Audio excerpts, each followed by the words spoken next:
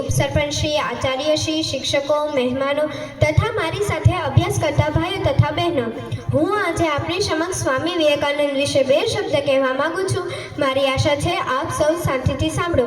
સ્વામી વિવેકાનંદનું મૂળ નામ નરેન્દ્રનાથ હતું. તેમનો જન્મ કોલકાતાના કાયસ કુટુંબમાં 12 જાન્યુઆરી 1863ના રોજ થયો હતો.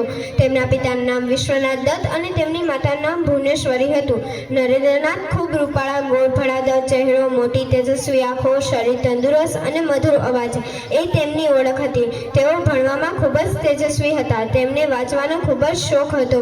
તેમની યાદશક્તિ પણ અદ્ભુત. તેઓ કોઈ પણ પુસ્તક એકવાર વાંચતા તો તેમને બધું જ યાદ રહી જતું હતું.